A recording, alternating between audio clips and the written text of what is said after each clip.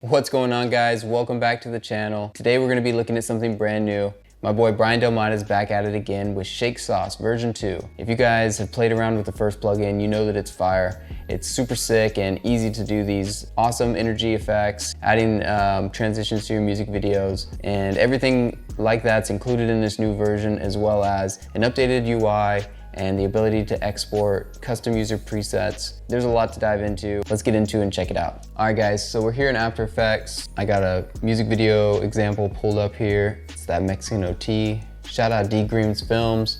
As you can see, it's a brand new UI. It looks awesome. I really love the ability to just put your mouse over and see these different effects in real time. And everything's grouped here between two different categories. We have constant, meaning it's always happening, and keyframed, so it shakes and then it goes back to stillness, which is great for bass hits or maybe seamless transitions or something like that. So let me show you just how easy this plugin is to use. Let's start with some constant effects, and if I select our first clip here, kind of like this handheld look.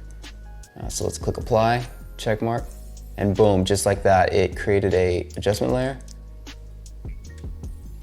All right, I can see it, it's pretty subtle. Maybe we try earthquake. And boom, look at that, guys, that is sick. I could definitely see this for just adding energy to the clips. So if we delete that and our screen goes black, and that's just because we have a shied layer here.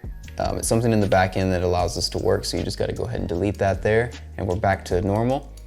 Let me show you now a keyframed transition. Let's look through here. Let's do this light effect here. And if I have no clip selected, whenever I click apply, it's going to create an adjustment layer over everything. If I click U on my keyboard here, we see the keyframes. And if you notice, these keyframes in the middle here are red. This indicates that these are the center keyframes. So if we line this up right at the split of the clips here, boom, we get this really awesome effect right away. That flash is looking awesome. I like that. Let's try this other one.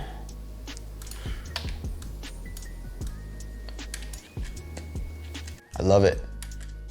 It looks awesome, actually. What I think is so sick about this plugin is it just shortens the time to test things. Whenever you're in the creative zone and you're working on a music video or an edit, you just want to be able to try different things to see if it works or not. And this plugin definitely allows you to do that.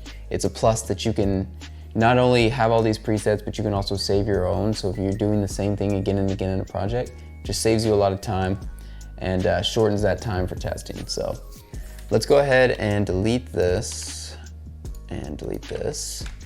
Let's go ahead and create our own preset here. So we're gonna go to custom, click the little plus icon, and that created our adjustment layer for us.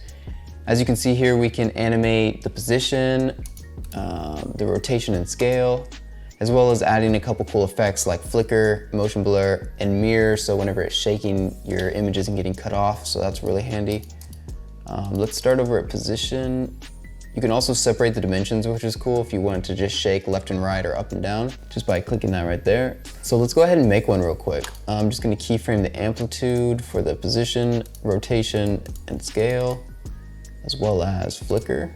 I'm gonna go 10 frames in and create some more keyframes for those. And right there in the middle, 5 frames in, I'm gonna go ahead and put this up to like 300, maybe 10 degrees for the rotation and 20% on the scale. If I click U on the keyboard, you can bring up your keyframes there. All right, we got a little pump there. Let's move it over here to like a transitional point. All right, I think I need to turn up the frequency a little. Oh yeah, that's doing it. Okay, that might be a little too much. Let's go like 20, and then maybe the same for the rotation. Okay, that's looking better. Let's go 10. Let's go 10 on both. Oh, okay, now we're getting somewhere. Yeah, that's looking super sick right there. Maybe let's highlight the keyframes, click Easy Ease. Nice. We could even do some cool, something like that. Super quick. Yeah, I like it.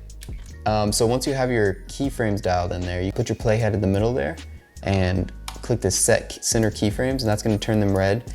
just to indicate that that's the middle where the transition's gonna happen. Let's put it over here. Oof. That's smooth. That's super smooth. Add in a little flash.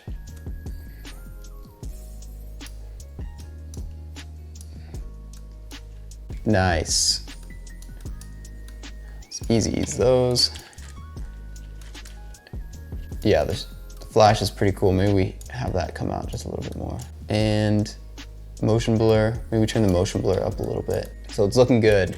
And if I wanted to save this as a preset, all I would need to do is just click this little save button, give it a cool name, and click save, and it will appear in your presets. So I've already saved a couple here. This smooth groove, bass drop, flashbang, whip pan. This tutorial was a test from earlier, but let's go ahead and put on one of these guys. Let's go flashbang.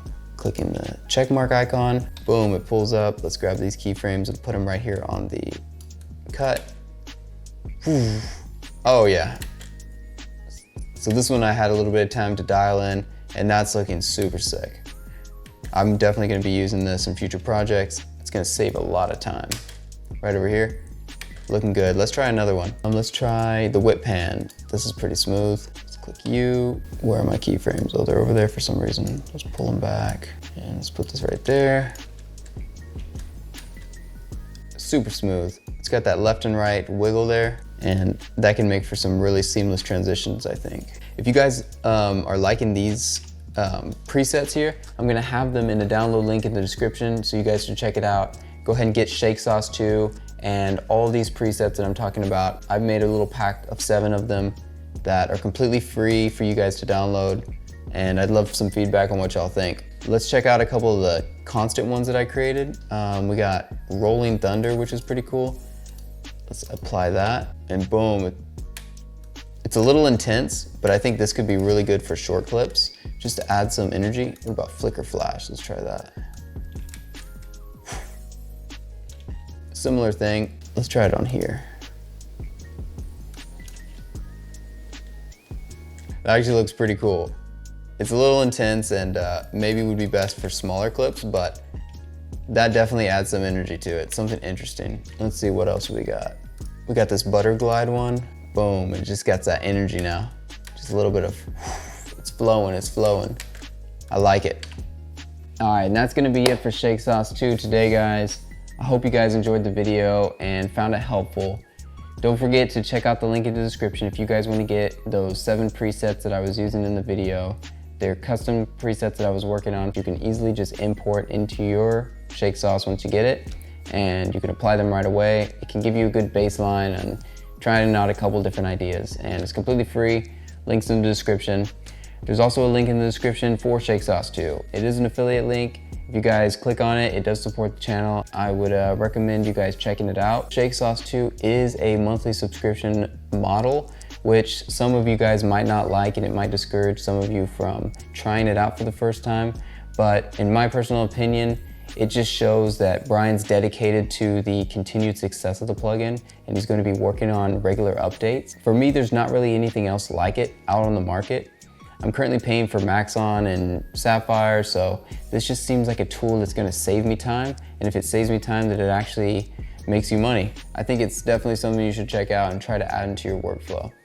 So with all that being said, guys, if you did find this video helpful, please give it a like, give us a subscribe, and we're gonna keep making these tutorials, keep you guys up to date. If you guys have any questions about ShakeSauce 2, go ahead and leave them in the comments, and I'd be happy to help you out. And let me know what you guys wanna see next. Peace.